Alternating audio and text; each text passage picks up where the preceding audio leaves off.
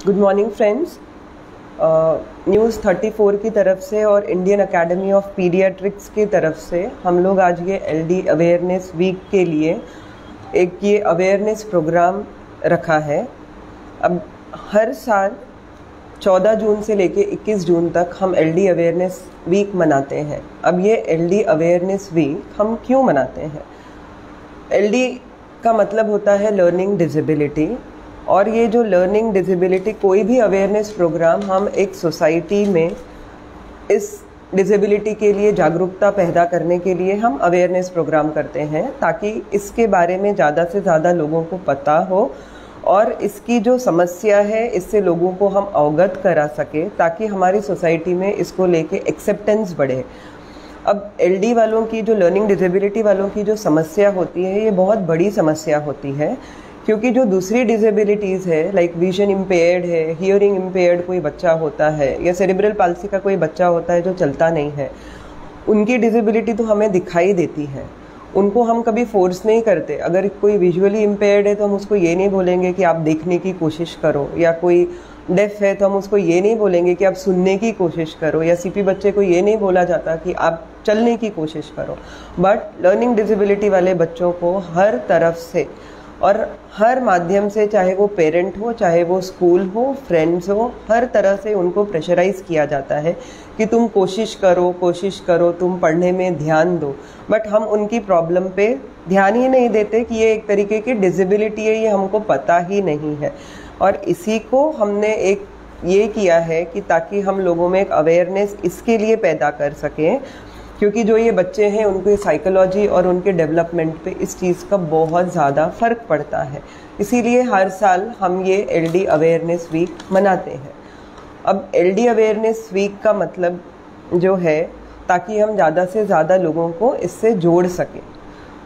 और ये हम किन में देखेंगे? जो बच्चे, हमको किस में डाउट आना चाहिए कि इसमें लर्निंग डिसेबिलिटी की प्रॉब्लम हो सकती है, तो जो बच्चे स्कूल में बहुत पुअर परफॉर्म कर रहे हैं और नर्सरी KG1 KG2 से ही ये प्रॉब्लम शुरू हो जाती है, तो हमको तब से देखना है कि बच्चा कहीं पीछे तो नहीं पड़ रहा है।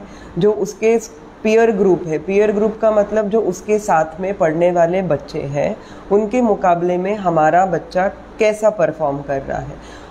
C ग्रेड D ग्रेड तो नहीं ला रहा, क्योंकि नर्सरी KG1 KG2 में कोई भी बच्चा पुअर परफॉर्म नहीं करना चाहिए। अनलेस एंड अनटिल कोई बहुत बड़ी समस्या हो बच्चे की, तभी वो पुअर परफॉर्म करेगा। ये बात हमें ध्यान में रखनी चाहिए। बट लर्निंग डिसेबिलिटी के साथ ये प्रॉब्लम होती है कि ये बच्चे जो है IQ वाइज एकदम नॉर्मल होते हैं। IQ इनका बहुत तेज़ होने से दूसरी जो चीज़ें हैं उनमें ये काफ़ी शार्प होते हैं, इसलिए हमको ये इनकी प्रॉब्लम जल्दी समझ में नहीं आती है। जब ये बच्चा सेकेंड स्टैंडर्ड, थर्ड स्टैंडर्ड में पहुंच जाता है, तब हमको धीरे धीरे समझ में आता है कि ये बच्चा दूसरे बच्चों के साथ कोप नहीं कर रहा है, बहुत पीछे रह गया है। तब हमको समझ में आता है कि इसमें कुछ तो प्रॉब्लम्स चल रही है क्या। बट समझ में आने के बाद भी हमको ये नहीं समझता है कि इस प्रॉब्लम के लिए हमने किससे बात करनी चाहिए।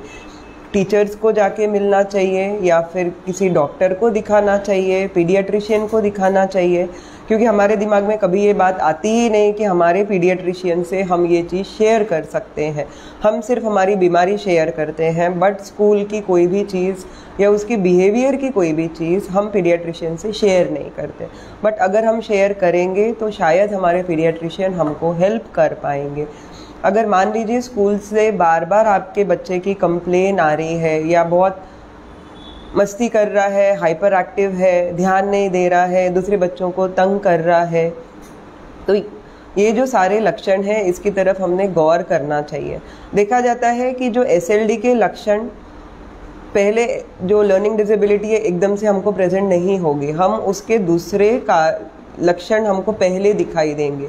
जैसे बच्चे का बिहेवियर सडनली कुछ चेंज हो रहा है, बच्चा बुक खोलता है तो भाग जाता है, बुक्स के तरफ ध्यान ही नहीं देता, ओरल अच्छा कर लेता है, पर जब लिखने की बारी आ रही है, बुक पढ़ने की बारी आ रही है तो भाग जा रहा है। या कई बार उनका स्टटरिंग और स्टैमरिंग, स्पीच इश्यूज़ के साथ भी बच्चा प्रेजेंट कर सकता है। पहले ये बच्चे को स्पीच से रिलेटेड कोई दिक्कत नहीं थी, बट अब धीरे धीरे इमोशनली बच्चे पे इसका असर हो रहा है, जिसके कारण बच्चा थोड़ा स्टटर करना शुरू कर दिया है। तो कई बार हमारे पास जो बच्चे आते हैं वो मेन प्रॉब्लम स्पीच इश्यूज लेके आते हैं। फिर जब हम उनका रिपोर्ट कार्ड देखते हैं या फिर उनसे हिस्ट्री पूछते हैं तो समझ में आता है कि बच्चा पहले तो दिक्कत नहीं कर रहा था, बट अभी ये प्रॉब्लम शुरू हुई है। तो आप उनका रिजल्ट देखिए, बुक्स देखिए, फिर आपको समझ में आएगा कि ये प्रॉब्लम एकदम से नहीं आई है, ये बचपन से धीरे धीरे धीरे अब बढ़ गई है। क्योंकि जब ओरल वाला था काम नर्सरी में, KG1 में बच्चे ने कर लिया, पर जहाँ पे ज़्यादा रीडिंग आ गया वहाँ पे बच्चा अब आपको तकलीफ़ देने लगा है। धीरे धीरे बच्चा अब पढ़ाई की तरफ बिल्कुल भी ध्यान नहीं देगा, जैसे आप बुक खोलेंगे वो भाग जाएगा। इसलिए मम्मी की कई बार कंप्लेन होती है कि जैसे हम पढ़ाई की बात करते हैं बच्चा उठ के चला जाता है, ध्यान ही नहीं देता या फिर बहुत ज़िद करने लगता है, उसकी बिहेवियरल इश्यूज़ काफ़ी बढ़ जाते हैं जब हम पढ़ाई की बात करते हैं, और बाकी टाइम बच्चा एकदम नॉर्मल रहता है। तो ये सब जो है ये एक हमको रेड फ्लैग साइंस बोलेंगे जो हमको ध्यान में रखना चाहिए, और जब बच्चा ये सब चीज़ें इश्यूज़ दिखाने लगता है तो हमने सोचना चाहिए। जैसे हम सब ने तारे ज़मीन पे देखी है, और उसके बाद जब आपको टीचर को तो समझ में नहीं आता है कि कहाँ प्रॉब्लम है, या पेरेंट को नहीं समझ में आता है, बट जब कोई दूसरा टीचर आके उसकी हिस्ट्री में जाता है ना, उसके पुराने बुक्स देखता है, तब उसको समझ में आ जाता है कि नहीं ये इशू आज का इशू नहीं है इसका बिहेवियर का, बट ये तो बचपन से ही कुछ ना कुछ गड़बड़ कर रहा था। तो ये जो है सारे जो सिम्टम्स होते हैं वो स्पेसिफिक लर्निंग डिसेबिलिटी की तरफ इशारा करते हैं। अब इसके जो टाइप्स होते हैं, SLD के भी कुछ टाइप्स होते हैं। जैसे कुछ बच्चे सिर्फ रीडिंग में दिक्कत करेंगे जिनको हम डिसलेक्सिया बोलेंगे, कुछ बच्चे सिर्फ लिखने के टाइम में गलती करेंगे जिसको हम डिस्ग्राफिया बोलेंगे, और कुछ बच्चे गणित में दिक्कत करेंगे जिसको हम डिस्कैल्क्यूलिया बोलेंगे। अब सब बच्चों में सब चीज़ नहीं होती, कभी सिर्फ डिसलेक्सिया होगा, कभी सिर्फ डिस्ग्राफिया होगा, या फिर कॉम्बिनेशन हो सकता है डिसलेक्सिया का डिस्कैल्क्यूलिया के साथ में। तो इसके जो टाइप्स है उसके ऊपर भी हमको ध्यान देना है। अब हमने पता क्यों जल्दी लगाना है, जल्दी पता लगाने से क्या फ़ायदा होगा, और अगर हम पता नहीं लगाते हैं तो हमारे बच्चे का क्या नुकसान हो सकता है। तो अब जल्दी पता लगाने से ये होगा कि एक तो हम बच्चे को जो देखने का नज़रिया है हमारा बच्चे को, वो हमारा बदल जाएगा। हम कम से कम बच्चे को प्रेशराइज नहीं करेंगे, हम उसकी समस्या को समझने की कोशिश करेंगे कि बच्चा ऐसा क्यों कर रहा है। और इसके लिए दो चीज़ ये होती है कि एक, बच्चों को सर्टिफिकेट दिया जाता है जो हमारे गवर्नमेंट ऑफ इंडिया ने PWD एक्ट में 2016 में इस डिसेबिलिटी को इंक्लूड किया है, और इसके तहत कई फैसिलिटीज़ बच्चों को दी गई है। तो जब हम ये प्रॉब्लम देखेंगे कि कहीं हमारे बच्चे को ये दिक्कत तो नहीं, तो हम सर्टिफिकेट पाने की कोशिश करेंगे। बच्चा प्रेशराइज नहीं होगा, क्योंकि आगे मैं आपको बताऊंगी कि सर्टिफिकेट से कितने फ़ायदे बच्चों को हो सकते हैं। और दूसरा ये है कि हमारा जो रेमेडियल एजुकेशन का पार्ट होता है, कई बार हमारे पास बच्चे 9th-10th में आते हैं। 9th-10th में मैं उनका रेमेडियल एजुकेशन से कुछ ज़्यादा चेंज नहीं कर सकती, बट यही बच्चा अगर मेरे पास 1st-2nd स्टैंडर्ड में आता है तो हम रेमेडियल एजुकेशन के ज़रिए ये बच्चों को दूसरे नॉर्मल बच्चों की तरह ही पढ़ना लिखना सिखा सकते हैं। ये कोई ऐसी बीमारी नहीं है जिसका इलाज नहीं है, बट रेमेडियल एजुकेशन का सिंपल ये है कि ये जितना जल्दी हम स्टार्ट करते हैं उतना ही जल्दी हम चेंज ला सकते हैं। उसके लिए हमको जल्द से जल्द पता लगाना ज़रूरी होता है। अब अगर हम देर से पता लगाते हैं तो क्या नुकसान होगा। आप इमेजिन करिए, क्लास में एक बच्चा है जिसको कुछ भी नहीं आ रहा है, हर बच्चा उसका मजाक उड़ा रहा है, टीचर उसको डांट रही है, आधे से ज़्यादा टाइम वो क्लास के बाहर खड़ा रह रहा है, तो उसका साइकोलॉजिकल, उसका इमोशनल जो वेलबींग है और उसका जो डेवलपमेंट है वो किस तरीके से होगा। कई बार जब पेरेंट्स हमारे पास लाते हैं तो सिबलिंग राइवलरी के तहत लेके आते हैं बच्चे को कि ये बच्चा अपने छोटे भाई को या बहन को बर्दाश्त ही नहीं कर रहा है, उसको मार रहा है, पीट रहा है, क्योंकि वो जो दूसरा बच्चा है ना वो पूरा नॉर्मल है पढ़ने में। अब इसका जो फ्रस्ट्रेशन है वो छोटे भाई बहन पे निकलता है। तो इस तरीके का जो साइकोलॉजी अगर हम बच्चे में डाल रहे हैं तो वो बच्चे के लिए कितना हानिकारक है। हो सकता है आगे जाके वो क्राइम का रास्ता अपनाने लगे, क्योंकि इतनी बुलिंग, इतना डांटना, सब चीज़ अगर जारी रहेगा तो हमारे बच्चों का डेवलपमेंट अच्छा हो ही नहीं सकता। तो अब अगर आपको डाउट आता है तो आपने किसके पास जाना चाहिए? यानी मान लो अगर आपको ऐसा डाउट लग रहा है कि आपके बच्चे को शायद लर्निंग डिसेबिलिटी हो सकती है, तो सबसे पहले तो एक टीचर और पेरेंट का एक कॉम्बिनेशन होना चाहिए, जहाँ पे दोनों ने मिलके बच्चे को समझना चाहिए। टीचर ने भी इस चीज़ से अवेयर होना चाहिए, पेरेंट ने भी इस चीज़ से अवेयर होना चाहिए, क्योंकि ये एक टीम वर्क होता है। अगर डॉक्टर ने आपको मान लो बता दिया कि इसको लर्निंग डिसेबिलिटी है, तो रोल जो है वो टीचर और पेरेंट दोनों का आता है। हम अकेले कोई भी काम नहीं कर सकता, अकेला डॉक्टर काम नहीं कर सकेगा, अकेला टीचर या अकेला पेरेंट। तो ये जो है एक टीम वर्क रहेगा, जहाँ पे डॉक्टर आपको गाइड करेगा, टीचर आपकी मदद करेगा, और बीइंग पेरेंट हमको बच्चे को समझना पड़ेगा। तो अगर हमको डाउट आता है तो सबसे पहले हमको टीचर से डिस्कस करना है। उसके बाद हमको जो हमारे पीडियाट्रिशियन हैं, आप उनसे जाके ये समस्या देख सकते हैं, या फिर आपके शहर में साइकोलॉजिस्ट होते हैं, उनके पास आप बच्चे को लेके जा सकते हैं। और फिर आप एक असेसमेंट किया जाता है बच्चे का। अब असेसमेंट में हम क्या करते हैं? तो इनिशियली सबसे पहला स्टेप होता है कि बच्चे का IQ टेस्टिंग किया जाता है, उसका हियरिंग और विजन देखा जाता है कि कहीं मेरे आईज़ में दिक्कत तो नहीं है, मेरा विजन प्रॉपर है क्या, मैं सुन बराबर सक रही हूँ क्या। तो ये चीज़ पहले हम क्लियर करते हैं। उसके बाद एक IQ टेस्ट होता है, क्योंकि लर्निंग डिसेबिलिटी बोलने के पहले मुझे ये बताना है कि मेरा IQ नॉर्मल है। नॉर्मल IQ होने के बावजूद मैं स्कूल में अच्छा परफॉर्म नहीं कर रही हूँ, मैं फेल हो रही हूँ, C ग्रेड D ग्रेड मुझे आ रहा है, तो ये नहीं आना चाहिए। अगर मेरा IQ नॉर्मल है तो मेरे को पढ़ाई में दिक्कत होनी ही नहीं चाहिए, और अगर दिक्कत हो रही है तो ये लर्निंग डिसेबिलिटी का एक बहुत बड़ा लक्षण है। इसीलिए पहले IQ टेस्टिंग करके क्लियर किया जाता है कि बच्चे का IQ नॉर्मल है।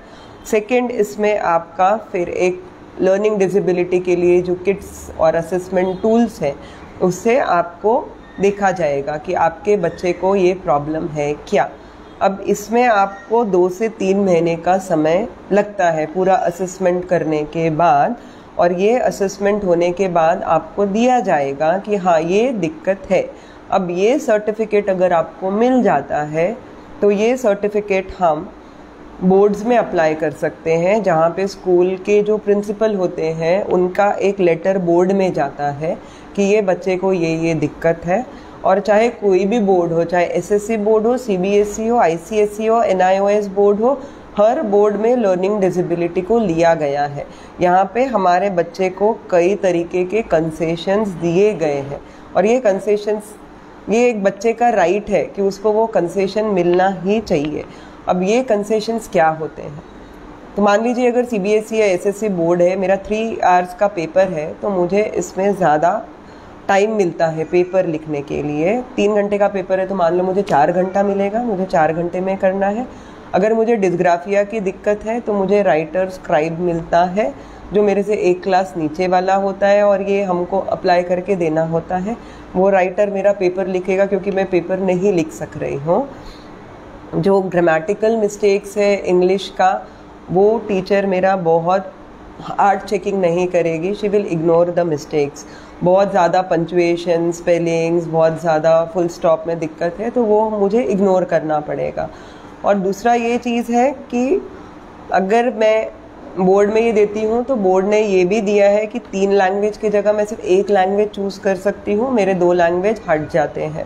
मेरा जो मैथमेटिक्स है वो मेरा बेसिक लेवल का मैथमेटिक होता है, लाइक अगर मैं क्लास 5 की हूँ तो मेरे को क्लास 3 का मैथमेटिक्स दिया जाएगा। तो इस तरीके से मैं आगे आगे बढ़ सकती हूँ। अगर मुझे ये फैसिलिटी नहीं दी जाएगी ना, तो मैं स्कूल ड्रॉप आउट डेफिनेटली होने वाली हूँ। ये जो बच्चे हैं 8th स्टैंडर्ड तक तो कैसे भी पहुंच जाएंगे, बट 9th और 10th क्लियर करना इनके लिए इम्पॉसिबल रहेगा। तो ये स्कूल नहीं पार कर सकते। तो ऐसा नहीं होना चाहिए, बिकॉज विद दिस सर्टिफिकेट्स हम ये बच्चों को कॉलेज तक पहुंचा सकते हैं, ये ग्रेजुएट हो सकते हैं, क्योंकि यूनिवर्सिटीज़ में भी इसकी सहूलियत दी गई है, इनको बहुत सारे कंसेशंस दिए गए हैं। एंड इवन लाइक अगर मेरे को मैथ्स और साइंस में बहुत दिक्कत हो रही है तो I can opt for home science.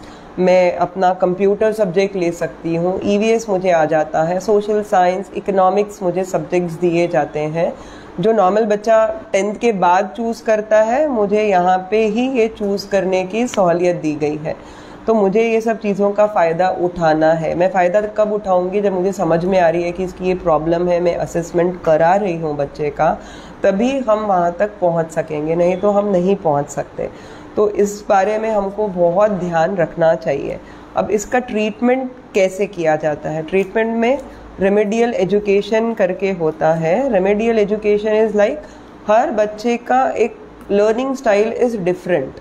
तो वो लर्निंग स्टाइल मुझे बच्चे का पता करना है कि ये बच्चा किस चीज़ से सीखता है, या विजुअल क्यूज से ज़्यादा सीख रहा है, या ऑडिटरी सेंस इसका ज़्यादा है और मैं ओरल इसको समझा सकती हूँ ज़्यादा अच्छे तरीके से। तो मुझे ये 1-to-1 बेसिस रहता है। लाइक एक क्लास में एक टीचर है, 40 बच्चे हैं, बट रेमेडियल एजुकेशन में ऐसा नहीं होता है, 1-to-1 दिया जाता है। तो पहले मुझे वो बच्चे का लर्निंग स्टाइल पता चलना चाहिए, उसके हिसाब से मैं उसको मोल्ड कर सकती हूँ। और एक बार इसने ये लेवल 1 पार कर लिया, इसको वर्ड समझ में आ गया कि मुझे वर्ड को पढ़ना कैसे है, तो ये धीरे धीरे बहुत सारे डिफ़िकल्ट वर्ड्स भी पढ़ सकता है। हो सकता है इनिशियली 2 साल की दिक्कत हो, बट उसके बाद ये अच्छे से पढ़ सकता है। इसको हमको दूसरे स्टाइल में पढ़ाना पड़ता है जिससे ये नॉर्मल बच्चे की तरह पढ़ सके, और ये कर सकता है। ऐसा नहीं है कि लाइक एक मेरे को लेबल लग गया एसएलडी का, मैं ज़िंदगी भर पढ़ नहीं सकती। जैसे अगर हियरिंग इम्पेयर्ड है तो हम उनको हियरिंग एड दे देते हैं, विजुअल इम्पेयर्ड है तो हम उसको कुछ ऑपरेशन या फिर कुछ स्पेक्स के ज़रिए हम इसको जैसा करेक्ट करते हैं, वैसे ही एसएलडी को हम रेमेडियल एजुकेशन की तरह करेक्ट करते हैं। ये एक ज़रिया है, ये समझ लीजिए हियरिंग एड है ये हमारे बच्चों के लिए। तो इसलिए हमको ये सब चीज़ें पता करना ज़रूरी है। अब एसएससी, सीबीएसई, आईसीएसई कौन से, बहुत बार क्वेश्चंस आता है पेरेंट का कि कौन से बोर्ड में डालना चाहिए। एसएससी बोर्ड में डालें, सीबीएसई बोर्ड में डालें, आईसीएसई में डालें या एनआईओएस। एनआईओएस ऐसा बोर्ड है जिसकी जानकारी बहुत कम लोगों को होती है। ये एक तरीके का ओपन स्कूल है। जैसे हम डिस्टेंस एजुकेशन करते हैं जहाँ पे हम फिज़िकली स्कूल में, कॉलेज में नहीं जाते, बट फिर भी हम वो चीज़ क्लियर करते हैं, वैसा ही एनआईओएस बोर्ड है। ये एक होम स्कूलिंग का इसमें ऑप्शन होता है। लाइक आप घर से ही, बच्चा स्कूल नहीं जाएगा, आप घर से ही उसको सिखा के होम स्कूलिंग करके आप उसको तैयार कर सकते हैं। एनआईओएस का certificate 10th 12th it is equivalent to CBSE ICSE board. तो इसका जो सर्टिफिकेट है ये आपको स्कूल में, कॉलेज में, हर जगह काम आने वाला है, एंड इट्स इक्विवेलेंट। ऐसा नहीं है कि सीबीएसई बोर्ड से एनआईओएस का कम होता है। और एनआईओएस में होम स्कूलिंग के साथ में सब्जेक्ट चूजिंग का भी बहुत अच्छा ऑप्शन दिया गया है। तो ये बच्चों के लिए एनआईओएस बोर्ड भी हमने सोच सकते हैं। दूसरा, हम लोग जो देख रहे हैं कि हिंदी और मराठी जो हमारी लैंग्वेज है, इसमें ये बच्चों को पढ़ाना ज़्यादा इजी है। लैंग्वेज की बात करें तो इंग्लिश सब्जेक्ट जो है it's tough for a normal kid also, क्योंकि वो हमारी एक तो मदर टंग नहीं है, दूसरा उसमें ग्रामेटिकल रूल्स बहुत सारे होते हैं। डायग्राफ्स बोलो, ब्लेंड्स बोलो, हर चीज़ का जो मिलान होता है, या जहाँ पे कभी सी का प्रोनाउंसिएशन क है, कहीं पे स है, और उसके जो रूल्स होते हैं ये हिंदी और मराठी में नहीं होते हैं। हमारा लैंग्वेज बहुत इजी है एक्चुअली, इट्स वेरी इजी अगर हम उनको हिंदी और मराठी का कंसेप्ट पहले डालते हैं एंड बाद में इंग्लिश की तरफ जाते हैं। तो थोड़ा सा हमको, अगर बहुत ज़्यादा डिफ़िकल्टी है तो बेसिकली आप हिंदी या मराठी मीडियम भी ऑप्ट कर सकते हैं। अब एज ए पेरेंट मेरी क्या जिम्मेदारी होनी चाहिए? सबसे पहली जिम्मेदारी तो मेरी ये होनी चाहिए कि मोबाइल और लैपटॉप और कंप्यूटर का जो एक्सपोजर बहुत ज़्यादा बढ़ गया है, स्पेशली हम लोग देखते हैं इवन फॉर अ टॉडलर्स को भी अगर हमको कुछ सिखाना है तो हम मोबाइल का माध्यम वापर रहे हैं, और इसके कारण बहुत सारे इश्यूज आ रहे हैं। बच्चे बहुत स्पीच डिले में जा रहे हैं। अभी लैंग्वेज डिले वाला अगर बच्चा है या लर्निंग डिसेबिलिटी वाला बच्चा है, इसको अगर मैं मोबाइल या कंप्यूटर के माध्यम से पढ़ाने की कोशिश करती हूँ तो वो गलत है। मुझे उसको फिज़िकली सिखाना ज़्यादा इजी रहेगा। अब छोटा बच्चा है, मान लीजिए अभी 3-4 साल के भी बच्चे हैं ना, हमारा exposure to books is negligible. जब हम असेसमेंट करते हैं 4 साल के बच्चे का भी, तो भी वो बच्चे को अगर ये सिंपल फ्लैश कार्ड्स वोकैबुलरी मेरी बिल्टअप ही नहीं है तो मेरे को लर्निंग इश्यूज आने वाला है। सो छोटे छोटे बच्चों को कोशिश करिए कि बुक्स दिखाइए, rather than teaching on mobile, books दिखाइए। ये अलग, आपका जो ब्रेन का डेवलपमेंट है बुक से अलग होता है, मोबाइल से अलग होता है। अगर मैं ये पेजेस पलटा ही नहीं रही हूँ तो मेरा फाइन मोटर ग्रिप नहीं बनने वाला, मुझे पेंसिल पकड़ने में दिक्कत होने वाली है। अगर मैं कंटिन्यूसली मोबाइल पे टक टक कर रही हूँ, मेरा ये जो ग्रिप है ये ग्रिप नहीं बन रहा है, ये ग्रिप नहीं बन रहा है तो मुझे पेंसिल होल्डिंग में दिक्कत है। यानी मेरे को डिस्ग्राफिया नहीं है, but because of early exposure to mobile and excessive use of mobile मेरा ये ग्रिप नहीं बन रहा है, तो मैं डिस्ग्राफिया की कैटेगरी में जा सकती हूँ। तो मुझे ये ध्यान रखना बहुत ज़रूरी है। तो ये बुक्स बहुत अच्छी मिलती है। बेसिकली आप इसको हम प्री रीडिंग और प्री राइटिंग स्किल्स बोलते हैं। तो प्री रीडिंग स्किल्स में हमको क्या करना है, बच्चे को अलग अलग ऐसे जो छोटे छोटे बुक्स आते हैं लेके बैठिए, एक एक चीज़ उसकी वोकैबुलरी बिल्टअप करने की कोशिश करिए। ये जब पढ़ेगा ना तो उसका रीडिंग ऑटोमेटिकली बिल्टअप होगा। दूसरा ये है कि ये जो छोटे छोटे वर्ड्स हैं मुझे इससे पढ़ाना है।